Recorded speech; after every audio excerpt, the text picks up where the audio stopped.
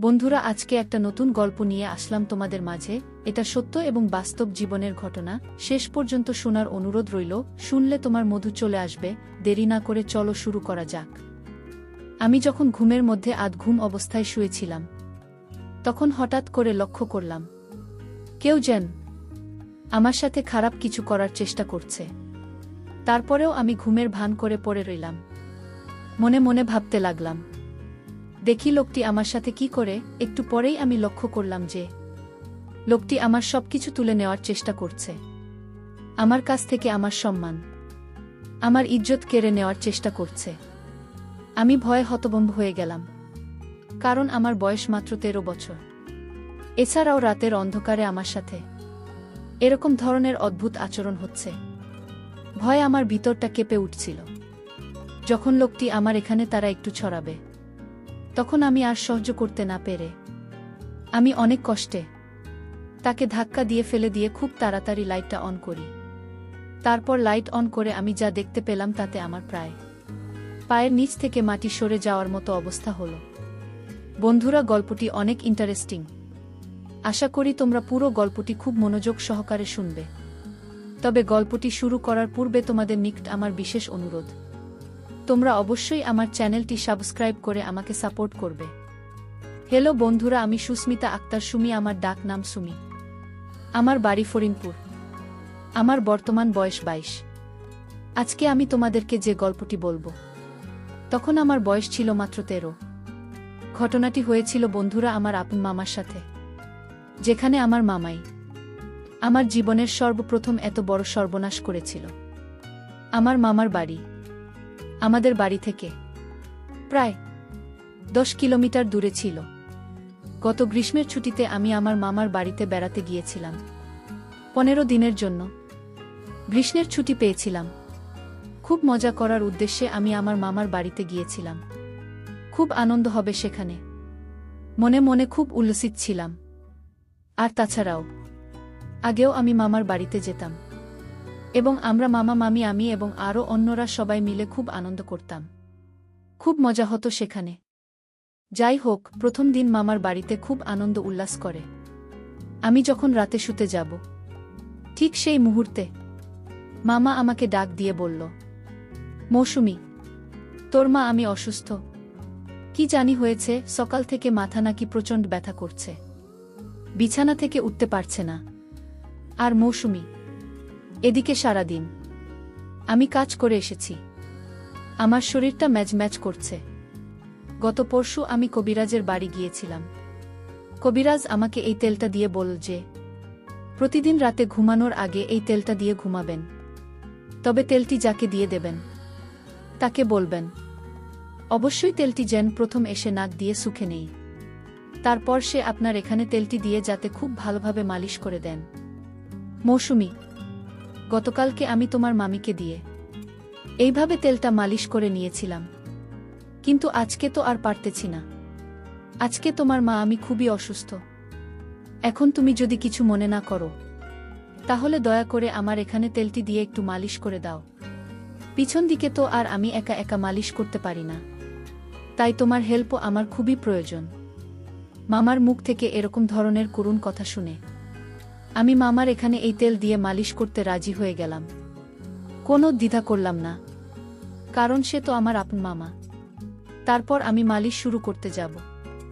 যখন মালিশ শুরু করতে যাব, তখন মা বলল, মৌসুমী, সর্বপ্রথম তুমি এই তেলটাকে আগে শুকে নাও। তারপর 1-2 মিনিট পর কবিরাজ মশাই বলেছেন আমার শরীরে মালিশ করার জন্য। আমি মামার কথা অনুযায়ী তেল থাকে কিছুক্ষণ শুকলা। সুখের সাথে সাথে আমি অনুভব করলাম যেন আমার সমস্ত মাথা ঝাঁকি দিয়ে উঠেছে, সমস্ত শরীরটা ঝাঁকি দিয়েছে। কেমন জানি একটা ঝাঝালো ভাব আমার কাছে লাগল। তাতে আমি কিছু মনে করলাম না। আমি ভাবলাম হয়তো এটা এই তেলের একটা অন্যরকম পাওয়ার। তারপর আমি তেলটাকে আমার ডান হাতে নিলাম। তারপর মামার পিছনের দিক থেকে যে জায়গায় ব্যথা অনুভব করে সে জায়গায় দিতে শুরু করলাম। মামা খুব আরাম পাচ্ছিল মনে হচ্ছে আর বলছিল, মৌসুমী, তুই তো খুব ভালো করে মালিশ করতে পারিস। এত সুন্দর মালিশ তুই শিখেছিস কোথা থেকে? আমি বললাম, মামা। আমার বাবারও এরকম ধরনের ব্যথা করত। ছোটবেলায় আমি বাবাকে এভাবে মালিশ করে দিতাম আর বাবাও খুব আরাম পেতে। বাবার কাছ থেকে মূলত এরকম সুন্দর করে মালিশ দেওয়া শিখেছি। মামা আমার কথা শুনে মুচকি হাসি দিল আর বল, তাই?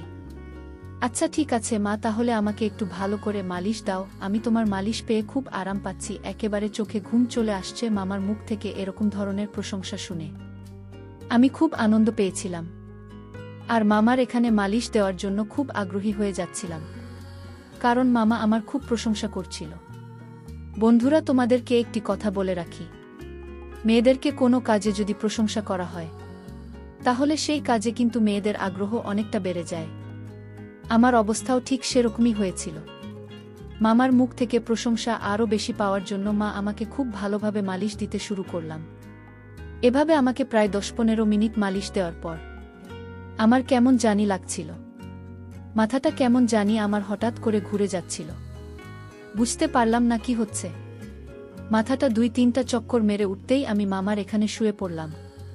তারপর আর কি হলো বন্ধুরা, আমার কোনো হুঁশ ছিল না। কিন্তু এটা যে মামার একটা বড় রকমের চক্রান্ত ছিল তা আমি বুঝতে পারি নাই। এই তেলের মধ্যে হয়তো এমন কিছু মিশিয়েছিল যে কারণে 10-15 মিনিট পর আমি এভাবে পড়ে গেলাম। আর সকালে ঘুম থেকে উঠে দেখি আমার সব কিছু এলোমেলো অবস্থায় পড়ে রয়েছে। মনে হচ্ছে কেউ আমার সাথে ভয়ঙ্কর কোনো কিছু করেছে। আর আমার নিম্নাংশের অবস্থা একেবারে খারাপ হয়ে গেছে। আমি বুঝতে পারছি না তখন কি করব। হঠাৎ করে এরকম অবস্থা কি করে হলো? যাই হোক, মামা আমাকে খুব আদর করত, আমাকে খুব ভালোবাসে ছোটবেলা থেকেই। কিন্তু মামাকে তো আমি কখনো সন্দেহ করতে পারি না। সে তো আমার বাবার সমতুল্য। আমার বাবার চাইতেও আমার মামা আমাকে অনেক বেশি আদর করতে। আর সবচেয়ে বড় কথা হলো, আমি যখন মামাকে তেল দিতে গিয়েছিলাম, অর্থাৎ মালিশ করতে গিয়েছিলাম, তখন আমার মনে হচ্ছিল আমি মামাকে মালিশ দিচ্ছি। কিন্তু সকালে ঘুম থেকে উঠে দেখি আমি আমার রুমে শুয়ে আছি, কিন্তু মামা মামার রুমে শুয়ে আছে। সকালে ঘুম থেকে উঠে আমি সঠিকটা আন্দাজ করতে পারছিলাম না, মনে করতে পারছিলাম না রাতে ঘুমানোর পূর্বে আমার সাথে কি হয়েছিল। আমি সেটা ভুলে গিয়েছিলাম। আর তাছাড়া ও আমার বয়স ছিল খুবই কম, মাত্র 13 বছরের মাথায় আমার এত কিছু বোঝার ক্ষমতাও ছিল না। আমার মামার বাড়িতে আমি প্রায় 15 দিন থেকেছিলাম। 15 দিনের মধ্যে আমার সাথে 15 দিনই এরকম ধরনের অনাকাঙ্ক্ষিত ঘটনা ঘটেছে, যা আমি কখনো কল্পনাও করতে পারি নাই। প্রথম দিন তো আমি ভেবেছিলাম হয়তো আমি সেটা কোনো দুঃস্বপ্ন দেখেছি, বা রাতের বেলায় আমার স্বপ্নে কিছু হয়েছে, যে কারণেই আমার এই অবস্থা হয়েছে। কিন্তু দ্বিতীয় দিনেও আমি দেখলাম আমার একই অবস্থা। আর মা আমি আস্তে আস্তে তার শরীর আরও অসুস্থ হয়ে পড়ল। কিন্তু প্রতিদিনই মামা আমাকে দিয়ে এভাবে প্রথমে মালিশ করানোর নামে এই তেল তাকে শুকাতে। তারপর কিছুক্ষণ পরে আমি হুঁশ হারিয়ে ফেলতাম আর কিছুই বুঝতে পারতাম না। তারপর আমার সাথে অদ্ভুত ধরনের কিছু হতো। আমি সকালে কিছু বলতে পারতাম না, মনে করতে পারতাম না। শুধু এটুকুই বুঝতে পারতাম যে রাতে কেউ আমার সাথে খুব বাজে আচরণ করেছে, তা আমার এলোমেলো অবস্থা দেখে খুব ভালোভাবে বোঝা যাচ্ছে। মামার বাড়িতে বেড়াতে যাওয়ার প্রায় 10 দিন হয়ে গেল। প্রতিদিন আমি এভাবে মামাকে তেল মালিশ করতে যাই। তারপর আমার হুঁশ চলে যায়। তারপর আমার সাথে কি হয় আমি কিছুই বুঝতে পারি না। বিষয়টা নিয়ে আমি খুব চিন্তায় পড়ে গেলাম, কি করা যায়। আর তখন তো আমি খুব ছোট ছিলাম। সকালে প্রতিদিন ঘুম থেকে উঠে দেখি আমার অবস্থা একেবারে খারাপ। আমার সব কিছু এলোমেলো হয়ে আছে। মনে হচ্ছে কেউ আমার সাথে খুব বাজে আচরণ করে। প্রতিদিন কি আমার সাথে এরকম ধরনের বাজে আচরণ করে? আমি কিছুই বুঝতে পারছিলাম না। কি করব ভেবে কোনো কিছু পাচ্ছিলাম না। হঠাৎ করে আমার মাথায় একটি বুদ্ধি আসলো, আজকে আমি দেখব কে আমার সাথে এরকম করে, কার এত বড় দুঃসাহস। আর তাছাড়া মামার বাড়িতে মামিমা মা আর আমি ছাড়া অন্য কেউ তো নাই। তাহলে আমার সাথে কি এরকম আচরণ করে? আমি তো কোনো কিছু ভেবে পাচ্ছিলাম না। আর মামা আমার সাথে এরকম আচরণ করবে তা তো আমি কোনোদিন কল্পনাও করতে পারিনি। চিন্তা করলাম আজকে যেভাবেই হোক এর রহস্য আমাকে খুঁজে বের করতে হবে, জানতে হবে কে আমার সাথে প্রতিদিন এরকম ধরনের আচরণ করে। পরের দিন রাতের বেলায় মামা যখন আমাকে ডাকল তার এখানে তেল দিয়ে মালিশ দিয়ে দেওয়ার জন্য, তারপর মামা যখন বলল তেলটা আগে শুকে নিতাম, আমি একটা টেকনিক কাটিয়ে আমার নাকের ভেতরে তোলা ফিটিং করে দিলাম। এমনভাবে তোলা লাগিয়েছিলাম যাতে এই ওষুধের যে পাওয়ার, ওষুধের ক্ষমতা, সেটা আমার নাকের ভিতর দিয়ে কখনো আমার ভিতরে না যেতে পারে। আর যদি না যেতে পারে তাহলে আমি আর অজ্ঞান হব না, তাহলে আমি বুঝতে পারব প্রতিদিন কি আমার সাথে এরকম ধরনের নোংরামি আর বাজে আচরণে মেতে ওঠে। মনের মধ্যে কিছুটা ক্রোধ, কে আমার অগোচরে সে আমার এত বড় সর্বনাশ করছে। পরিকল্পনা অনুযায়ী আমি আমার কাজ করতে লাগলাম। কিন্তু সে দিন যখন মামার এখানে তেল দিয়ে মালিশ করতে যায় তখন আর আমি অজ্ঞান হইনি, কারণ এই তেলের মধ্যে যে প্রয়োজনটা ছিল সেটা আমার এখানে ইফেক্ট করতে পারে নাই। তারপরেও আমি পূর্বের মতো ভান ধরে পড়ে রইলাম। কিছুক্ষণ পর দেখলাম মামা আমাকে শুইয়ে আস্তে আস্তে তার রুমে চলে গেল। আমি অবাক হতে লাগলাম যে মামা তো আমার এখান থেকে আমাকে সুন্দর করে শুইয়ে তারপর চলে গেল, তাহলে সকালে ঘুম থেকে উঠে আমার এরকম অবস্থা হয় কেন? ভাবলাম আজকে সারা রাত সজাগ থাক, দেখব আমার সাথে কি হয়। চিন্তা করতে করতে কোনো ঘুম আসছিল না, মনের মধ্যে শুধু একটাই চিন্তা, আমার সাথে কি হয় তাহলে? মামা তো আমাকে কিছু করল না, তাহলে কি আমার সাথে এরকম করে? এসব ভাবতে ভাবতে ঘণ্টাখানেক পরেই দেখলাম আস্তে আস্তে কি যেন দরজা খোল। দরজা খুলে আমার কাছে আসল, আমার পাশে দাঁড়িয়ে আমার মুখের দিকে তাকিয়ে আমাকে 3টা ফু দিল। তারপরেও আমি ঘুমের ভান করে পড়ে রইলাম, মনে মনে ভাবতে লাগলাম দেখি লোকটি আমার সাথে কি করে। একটু পরেই আমি লক্ষ্য করলাম যে লোকটি আমার সবকিছু তুলে নেওয়ার চেষ্টা করছে, আমার কাছ থেকে আমার সম্মান, আমার ইজ্জত কেড়ে নেওয়ার চেষ্টা করছে। আমি ভয়ে হতভম্ব হয়ে গেলাম, কারণ আমার বয়স মাত্র 13 বছর। এছাড়াও রাতের অন্ধকারে আমার সাথে এরকম ধরনের অদ্ভুত আচরণ হচ্ছে। ভয়ে আমার ভিতরটা কেঁপে উঠছিল। যখন লোকটি আমার এখানে তারা একটু ছড়াবে তখন আমি আর সহ্য করতে না পেরে আমি অনেক কষ্টে তাকে ধাক্কা দিয়ে ফেলে দিয়ে খুব তাড়াতাড়ি লাইটটা অন করি। লাইটটা অন করার সাথে সাথে আমি যা দেখলাম তাতে আমার 2 চোখ মুছে গেল। অর্থাৎ আমার নিজের মামাই আমার সামনে মাথাটা নিচু করে দাঁড়িয়ে রইল।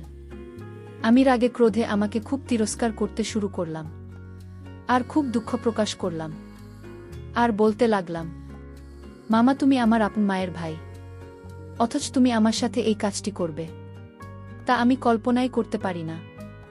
এই বলে আমি খুব কাঁদতে লাগলাম।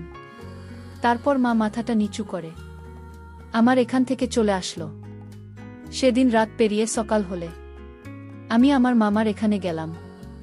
মামা আমাকে দেখে খুব হাসি খুশি করছিল। মনে হচ্ছিল না যে সে রাতে আমার সাথে এরকম ধরনের একটা জঘন্য কাজ করে। তার এই আচরণ দেখে আমি অনেকটা হতবাক হয়ে যাই। ভাবলাম আমার মামা এত খারাপ, এত জঘন্য। আস্তে আস্তে আমার মনটা খারাপ হতে লাগল। এক পর্যায়ে আমি মামার সামনে কেঁদে দিলাম। আমার কান্না দেখে মামা খুব বিস্ময়ের সাথে আমাকে জিজ্ঞেস করল, মৌসুমী তোমার কি হয়েছে, তুমি কাঁদছ কেন? মামার এরকম আহ্লাদের কথা শুনে আমার কাছে আরও বিরক্তিকর লাগছে। এক পর্যায়ে আমি মামাকে বলতে বাধ্য হলাম যে মামা তোমার বাহিরে এক রূপ আর ভিতরে আরেক রূপ। তুমি আমার সাথে যা করেছ তা কোনোভাবে মেনে নেওয়া সম্ভব নয়। আমার কথা শুনে মামা খুব হতবাক হয়ে গেল আর বলল, মৌসুমী এসব তুমি কি বলছো? আমি তোমার সাথে কি করেছি? তুমি আমার মেয়ে, তুমি আমার সাথে এভাবে কথা বলছো কেন? তুমি আমার মেয়ের মতো, আমি তোমাকে মেয়ের চাইতে আরও বেশি দেখি। আর মৌসুমী আমার সাথে এভাবে কথা বলছো কেন? তখন আমি বললাম, মামা তুমি রাত্রে আমার সাথে জঘন্য আচরণ করো নাই, আমি যখন ঘুমিয়েছিলাম। মা বলল, কি বলছে আমার সুমি? আমি রাতে তোমার ঘরে যাব কেন? মামার কথা শুনে আমি আরও হতবাক হয়ে যাই। ভাবলাম কি হচ্ছে আমার সাথে? স্পষ্ট আমি যেখানে মামাকে দেখতে পেলাম সেখানে মামা এখন অস্বীকার যাচ্ছে। আজকে তাহলে পুরো বিষয়টি আমি ভালো করে দেখব, বরাবরের মতোই। যখন রাত হলো, তখন ঠিক যখন আমার সাথে সেই রকম ধরনের ঘটনা ঘটতে যাবে, এই মুহূর্তে আমি আমার রুম থেকে বেরিয়ে গেলাম, গিয়ে অন্য কোথাও লুকিয়ে রইলাম। কিছুক্ষণ পর লক্ষ্য করে দেখলাম আমার মামাই আমার রুমে ঢুকছে। আপনি খুব ভালো করে লক্ষ্য করে দেখলাম লোকটি যখন আমার রুমে গিয়ে প্রবেশ করল, তখন আমি খুব তাড়াহুড়া করে আমার রুমে চলে গেলাম। মামা রুমে চলে গিয়ে দেখি মামা তার রুমে ঘুমিয়ে রইল। তখন আমার মনের ভিতর অনেকটা ভয় কাজ করছিল। ভাবলাম আমাকে আমি নিজের চোখে দেখে আসলাম, তার রুমে ঘুমিয়ে রইল, তাহলে সেই লোকটিকে দেখতে তো হুবহু